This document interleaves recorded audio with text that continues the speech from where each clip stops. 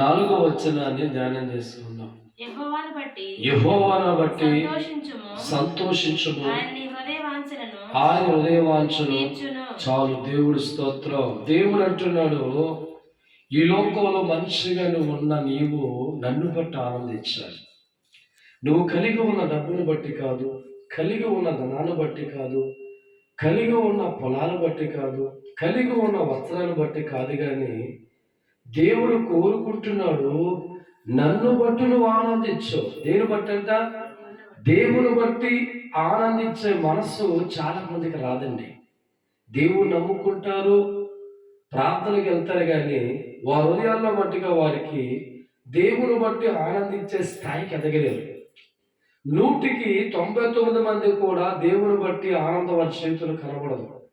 ఎవరు కొంతమంది మాత్రమే దేవుని బట్టి ఆనందిస్తూ ఉంటారు. అటువంటి వారికి దేవుడిస్తున్న ప్రవచనం మనం జ్ఞాపకం చేసుకుంటే, వారి హృదయంలో ఉన్న ప్రతి కోరిక ఎవరు తీరుతారంట? దేవుడు తీరుస్తాడు. దేవుడు మనుషులకి ఇది అర్థం కాక, దేవుడిచ్చే ప్రవచనం అర్థం కాక, దేవుడిచ్చి వాగ్దానం అర్థం కాక, అందులో ఉన్న మర్మం అర్థం కాక, వస్తువును బట్టి, కారును బట్టి, బిల్డింగ్ను బట్టి వారు ఆనందిస్తారు తప్ప, కలిగి ఉన్న దేవుని బట్టి ఆనందిస్తే ఇన్ని ఆశీర్వాదాలు మాకు ఉంటాయా, ఇన్ని దీవెనలు మాకు ఉంటాయా, దీవించబడే స్థాయికి మమ్మల్ని తీసుకెళ్తానని చెప్పి దేవుడు మాట్లాడతాడా అని ఆలోచన చేస్తే ప్రతి మనిషి కూడా దేవుని బట్టి ఆనందిస్తారు. నాకు తెలిసి ఈ ప్రాంతంలో నేను గత 1 year ఇక్కడ సేవ చేస్తున్నప్పుడు గంగారత్నం గారిని చూసినప్పుడు సేవకుడు వస్తుంటే ఏనుగంత బలవతబడి ఏదో పొలంలో 10 లక్షలు వస్తే చాలా ఎప్పుడు చూడలేదు, కానీ సేవకుడి ప్రాంతానికి వచ్చినప్పుడు, దేవుడు వాక్యం అందింతకు వచ్చినప్పుడు ఒక తెలియని ఆనందం, ఒక తెలియని సంతోషం. ఆ సంతోషము పైకి చెప్పుకుంటే కుదరదు, చూపిస్తే కుదరదు. అది లోపల నుంచి అంతరంగంలో నుంచి పొంగుతున్న సంతోషాన్ని నేను ఆమె జీవిత నడకలో నేను చూశాను. దేవుడు స్తోత్రం. ఆమెకి దేవుడు బట్టి ఆనందించడంలో ఒక స్థాయికి వెళ్ళింది. దేవుడు బట్టి ఉన్న ఆనందాన్ని అనుభవించుకుంటూ వెళ్ళిపోయింది. దేవుల్లో ఉన్న ఆనందం ఈ ప్రపంచంలో ఉన్న కొన్ని కోట్లు పెట్టారు రాదు, అది దేవుని బట్టే వస్తుంది. ఆ ఆనందాన్ని మీ జీవితంలో అనుభవించు. దేవుడు దేవుని బట్టి ఆనందించుము అని చెప్పువాడు దేవుడు. నన్ను బట్టి ఆనందించు. నీకున్న ఆస్తులు బట్టి కాదురా, నీకున్న ధనమును బట్టి కాదు, నీకున్న పదవును బట్టి కాదు, నీకున్న ప్రాపర్టీ బట్టి కాదు, నీకున్న పాస్తులు బట్టి కాదు, కానీ దేవుడు అంటున్నాడు నన్ను బట్టి నువ్వు ఆనందించు. శక్తి కలిగిన దేవుని కలిగినందుకు ఆనందించు. దయ చూపించే దేవుణ్ణి కలిగినందుకు ఆనందించు. నేను గాఢంగా ప్రేమించే దేవుని బట్టి ఆనందించు. పని వదిలి జీవితాన్ని కోరుకున్న దేవుని బట్టి ఆనందించు. చెడు పని జీవితాన్ని కోరుకున్న దేవుని బట్టి ఆనందించు. పనికి రాడని సమస్త వదిలిపెట్టిన నిన్ను ప్రేమించి దగ్గర చేసుకున్న ఆ దేవుని బట్టి ఆనందిస్తే ప్రభు అంటున్నాడు నీ జీవితంలో ఉన్న ప్రతి కోరిక నేను తీరుస్తాను. దేవుని స్తోత్రం. ఈ నూతన సంవత్సరంలో దేవుని ప్రేమించి వెళ్ళిపోతే నీ కుటుంబంతో దేవుడు పలుకుతున్న మాట, నీకున్న ఇంటిని బట్టి నీకు ఆనందం లేదు, నీకున్న పొలమును బట్టి ఆనందం కాదు, కానీ నా దేవుని బట్టి నాకు ఆనందం అని పరిగెడుతున్నావే, నీలాంటి వ్యక్తి జీవితాలకు దేవుడిస్తున్న వాగ్దానం. నీ హృదయంలో దేనికోసమైతే ఆశపడుతున్నావు, ఏదైతే కోరుకుంటున్నావో, ఏది జరగాలని, నాకు శక్తి చాలదయ్యా, నా బలము చాలదయ్యా, నేను ఒంటరిదానయ్యా, నాకు తోడు నీవే తండ్రి, నువ్వే సాయం చేయ ప్రభువాని దేవుని బట్టి ఆనందిస్తూ ఏ ప్రార్థన అయితే నువ్వు చేస్తున్నావో దేవుడు అంటున్నాడు నీ హృదయంలో ఉన్న ప్రతి కోరిక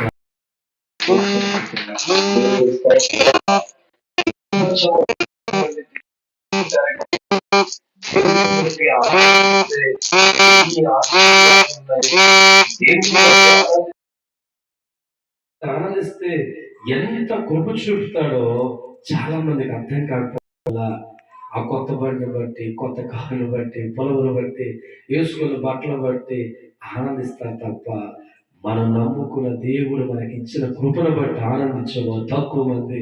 ఆ తక్కువ ఈ ప్రాంతంలో గంగారత్వం ఒకటి. దేవుడి స్తోత్రం, హల్లెలూయా.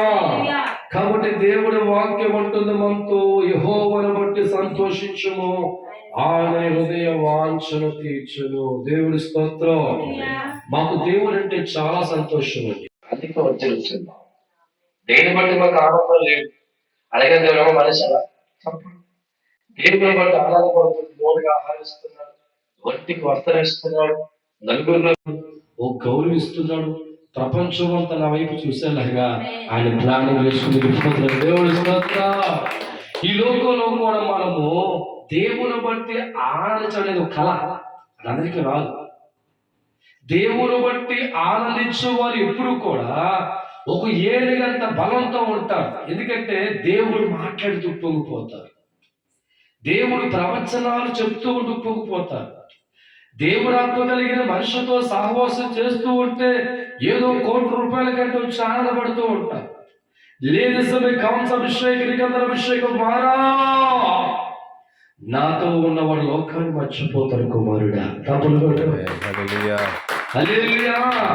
దేవుడు సహవాసాలు కోరుకున్నవారు, దేవుడితో ఉండాలని కోరుకున్నవారు, దేవుడితో ఉండి ముందుకెళ్ళాలని కోరుకున్నవారు, వారి అంతరంగంలో వస్తున్న ఆనందం ప్రపంచంలో రాజ్యములు జయించిన దానికంటే, ₹1,00,00,000 కంటే, కోహినూరు వజ్రాల కంటే వారు కొన్న ఆనందం విలువ కట్టలేనంత ఆనందాన్ని దేవుని బట్టి ఆనందించే వారికి ఉంటుందంట. దేవుడి స్తోత్రం.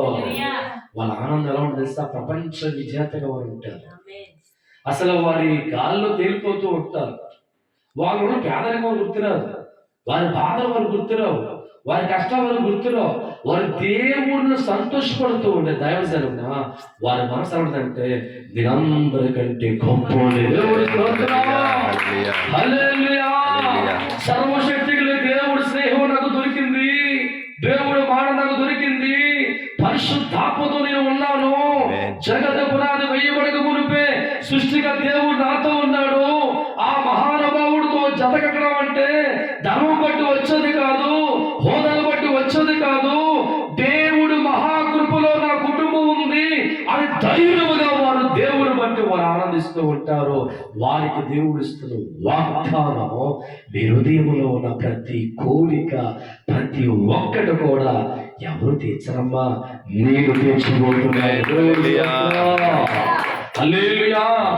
ఈరోజు గంగారత్నం జీవితం వారు గమనిస్తూ ఉంటే ఒక ఆనందం దేవుళ్ళో ఉంది, ఒక సంతోషం దేవుళ్ళో ఉంది, తెలియని ఉల్లాసం దేవుళ్ళో ఉంది.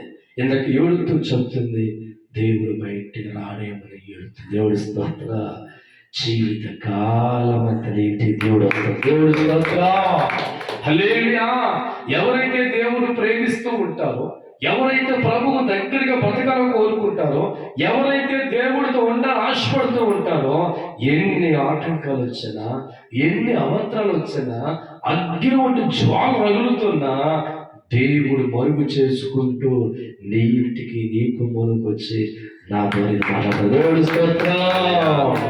నీతోనే ఉంటాడు ఆ దేవుడు, కలవరపడకు. నీతోనే సృష్టికర్త దేవుడే ఉన్నాడు. నీ ఇంటిలో కన్నీరునే నువ్వు కాచి వేలాడితో ఉన్నాడు. గుండె మరువెక్కి యేసు వేళల్లో నీ పక్కనే నిలిచి ఉన్నాడు. కంటికి రెప్పలా నువ్వు కోరుకున్నదే నీకిస్తున్నాడు ఆ దేవుడు. కంటికి రెప్పలా నువ్వు కోరుకున్నదే నీకిస్తున్నాడు ఆ దేవుడు. నీతోనే ఉన్నాడు నీడవలే ఓ మిత్రమా, నీతోనే ఉన్నాడు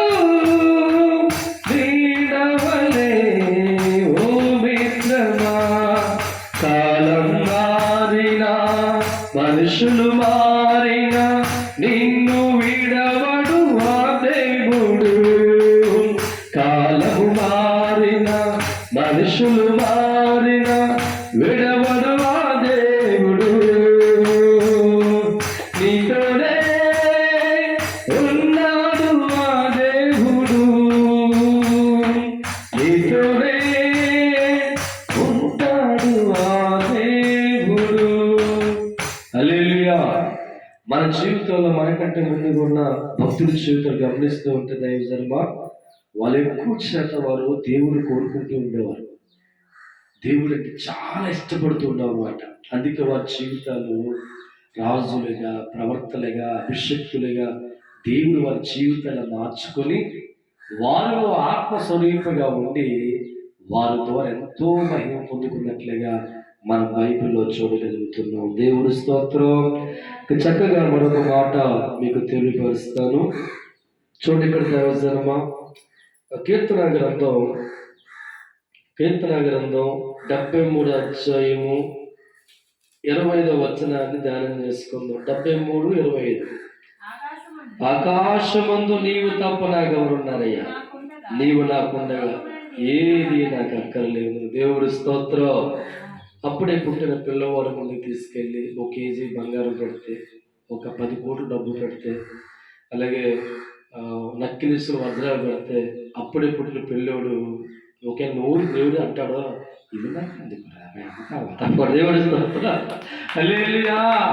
అప్పుడే పుట్టిన పిల్లవాడికి దేవుడు నోరెత్తే పలికే మాట బంగారం వైపు చూడు, డబ్బు వైపు చూడు, వజ్రం వైపు చూడడు, కానీ వారి మనసులో వచ్చిన మాట మా అమ్మ నాకుంటే చాలు. ఈ భక్తుడు అన్నాడు, నీవు నాకు ఆకాశమందు ఉండగా నాకు ఇంకేం కావాలి తండ్రి, నీవు నాకు ఉండగా లోకంలో నాకేది అక్కరలేదు. దేవుడి స్తోత్రం. ఆనాడు భక్తులు దేవుణ్ణి ప్రేమించారు, దేవుళ్ళు ఆనందించారు కనుక వారికి దేవుడి మాట దొరికేది, దేవుడి సహవాసం దొరికేది, దేవుడు వారికి స్నేహితుడిగా ఉండేవాడు. ఏ లోటు వారికి లేకుండా వారి హృదయంలో ఉన్న ప్రతి ఆలోచన దేవుడు కనిపెట్టి అవసరాలు తీర్చి గొప్ప జీవితాలను దేవుడు వారికి అనుగ్రహించట్లు మన బైబిల్ చదువుకుంటున్నాం. ఈరోజు ఈ కుటుంబంలో కూడా నేను గమనిస్తూ ఉన్నప్పుడు దేవుడు నాకు ఇచ్చిన ఈ కుటుంబాల బిడ్డ చాలా నీతిమంతురా. ఎందుకు చెప్పమంటావా? దేవుణ్ణి ప్రేమించే వారికి పెట్టిన పేరు నీతిమంతురాలు. దేవుడి స్తోత్రం. హల్లెలూయా. దేవుడి సన్నిధికి వచ్చి ఆనందించేవారు ఎవరున్నారు? దేవుడు మందులు ఆనందించేవారు ఎవరున్నారు? దేవుడు వాక్యం ఆనందించి ఎవరున్నారంటే, ఎవరైతే దేవుళ్ళు ఆనందిస్తారో వారు దేవుడి మంద రావాలన్నా, వాక్యం వినాలన్నా, దైవజనుడు వచ్చే ప్రవచనం వినాలన్నా వారు ఆనందిస్తారు కనుక అటువంటి ఆనందం ఎవరు ఉందంటే ఈ కుటుంబంలో మొట్టమొదటిగా గంగారత్నం అనే వ్యక్తికి దేవుడు ఇచ్చాడు. అందుకే ఆమె ఎప్పుడు నాకు ఫోన్ చేసి ఏడుతూ ఉంటుంది అన్నమాట. నా ఫోన్ చేస్తుంటుంది అన్నమాట. ఫోన్లో ఏడుతూ దేవుడు నాకు దూరం ఎట్లమంటాడు, నీకు దూరంగా లేదు, నీ దగ్గరే ఉన్నాడు. దేవుడు స్తోత్రం. హల్లెలూయా. ఆయన ఆత్మస్వరూపి కనుక ఒకే టైములో ప్రపంచంలో ఉన్న 700 కోట్ల మంది వద్ద ఉండగలిగిన వాడు. ఎవరైతే కన్నీళ్లతో ఆయన దగ్గర కావాలని కోరుకుంటారో, దేవుడు ప్రేమించే మనసు కోరుకుంటారో, దేవుడితో ఉండాలని ఆశపడుతూ ఉంటారో, ఆ ఒక్కరి జీవితాల్లో దేవుడు ఎప్పుడు కూడా పక్కనే ఉండి వాళ్ళు గమనిస్తూ ఉంటారు. దేవుడి స్తోత్రం.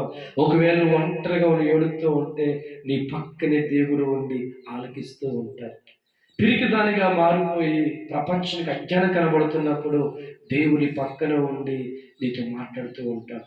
ఒకవేళ మనుషులందరూ వ్యతిరేకులుగా మారిపోయి నేను ఒంటరిదాన్ని చేస్తున్నప్పుడు, అయ్యో ఈ ప్రాంతంలో నేను ఒంటరిదానిగా ఉన్నానని బాధపడుతూ ఉన్నప్పుడు దేవుడు వాక్యముతో అంటాడు, నువ్వు ఒంటరిదానివి కాదు, నీతో నీలో నేను నిలిచి ఉన్న. దేవుడి స్తోత్రం. హల్లెలూయా. ఒక పసిపిల్లవాడు ఎలాగైతే తల్లిని మాత్రమే కోరుకుని లోకములకి దేని బట్టి కూడా ఎన్ని పంచపరమాల్లో పెట్టినా ఒక ఆనందపడకుండా తల్లిని చూడగానే వృత్తులు వెక్కి ఆనందపడతాడో, అటువంటి మనస్సు కలిగిన వారు దేవుని బట్టి ఆనందిస్తూ ఉంటారు. ఒక తల్లిని బట్టి ఆ పసిపిల్లవాడు ఆనందిస్తూ ఉంటే ఆ తల్లి కొడుకుని చూడగానే గబుక్కుమని ఒళ్ళుకు తీసుకొని గుండుల్లో ఉన్న పాలన్నీ పెట్టి అంటది, నాన్న బచ్చో ఏమంటదండి, నాన్న బచ్చో. గుండు నిండా ఉన్న పాలు ఆ బిడ్డ కడుపు నిండా పెట్టి ఎక్కడికి వెళ్ళకుండా మా కుమారుడు పడుకోవాలని చెప్పి పక్కనే పడుకొని జో కొడుతూ ఉంటే దేవుడి స్తోత్రం. దేవుడు అంటున్నాడు, నీ పక్కనే ఉన్నాను, భయపడవద్దు. దేవుడి స్తోత్రం. దేవుని బట్టి నువ్వు ఆనందిస్తున్నావు కనుక, దేవుళ్ళు ఆనందిస్తున్నావు కనుక, దేవుళ్ళు సంతోషిస్తున్నావు కనుక, దేవుని మందిరంలో ఆనందిస్తున్నావు కనుక, ఈ దినము దేవుడు నీ కుటుంబానికి ఇస్తున్న వాగ్దానం గమనిస్తూ ఉంటే, నన్ను బట్టి ఆనందించండి దేవుడు చెప్పాడు కనుక, దేవుడు చెప్పిన మాట ప్రకారంగా నువ్వు ఎన్ని పొలాలు కలిగి ఉన్నా, బ్యాంక్ బ్యాలెన్స్ కలిగి ఉన్నా, మెల్లో బంగారం కలిగి ఉన్నా, కొడుకులు కుమార్తెలు కలిగి ఉన్న, యజమాని కలిగి ఉన్న వీరందరికంటే ఎక్కువ స్థానం దేవుడికి ఇచ్చి ఉన్నావు కనుక, దేవుడిని ప్రేమిస్తున్నావు కనుక, దేవుళ్ళు ఆనందిస్తున్నావు కనుక, దేవుల్లో పరవశిస్తున్నావు కనుక ఈరోజు నీ తండ్రి నీటికి వచ్చి అడుగుతున్నాడు. నీ హృదయంలో ఉన్న ప్రతి కోరిక ఈ సంవత్సరం దేవుడు తీర్చబోతున్నాడు, అద్భుతాలు చేయబోతున్నాడు, రక్షణ కార్యం జరిగించబోతున్నాడు, కుమార్తె విజయం దయచేయబోతున్నాడు, నీ ఒంటరితనం కొట్టివేయబోతున్నాడు, నీ కుటుంబానికి బలంగా మార్చబోతున్నాడు, దైవ దీవెనలు ఇవ్వబోతున్నాడు, ఆశ్రయ కార్యం జరిగించబోతున్నాడు, ప్రతి శత్రువు కొట్టివేయబోతున్నాడు, ప్రతి మార్గం తెలవబోతున్నాడు. ఈ సంవత్సరం అంతా నిన్ను బట్టి దేవుడు నీ కుటుంబానికి విజయ వస్త్ర ధ్వనితో సాగుటకు దేవుడి స్తోత్రం. హల్లెలూయా. కాబట్టి దైవజనమా, బైబిల్ గ్రంథంలో ఉన్న దేవుని బట్టి సంతోషించుము అన్నట్లుగా ఈ కుటుంబం కూడా దేవుని బట్టి సంతోషించారు. చూడు, చాలా మందికి కొత్త ఇల్లు కట్టుగానే దేవుడి స్తోత్రం, 6 నెలలు పోగానే పోయి సంతోషం. కొత్తగా కారు కొనుక్కుంటే ప్రతిరోజు తుడిచేస్తుంటాం. ఎక్కడైనా నచ్చట్టుకున్నా, ఏదైనా దుమ్మట్టుకున్నా పొద్దున్న లెగ్గానే చూస్తాం, కారు పట్ట పట్ట పట్ట తుడిచేస్తాం. ఒక సంవత్సరం పోయాక పూజీ స్తోత్రం. కొత్తగా ఏదైనా స్కూటీ కొనుక్కొని ఏదో కొనుక్కొని దాన్ని ప్రతి ఒక 4 రోజుల పాటు తుడిచేస్తాం. అంతే.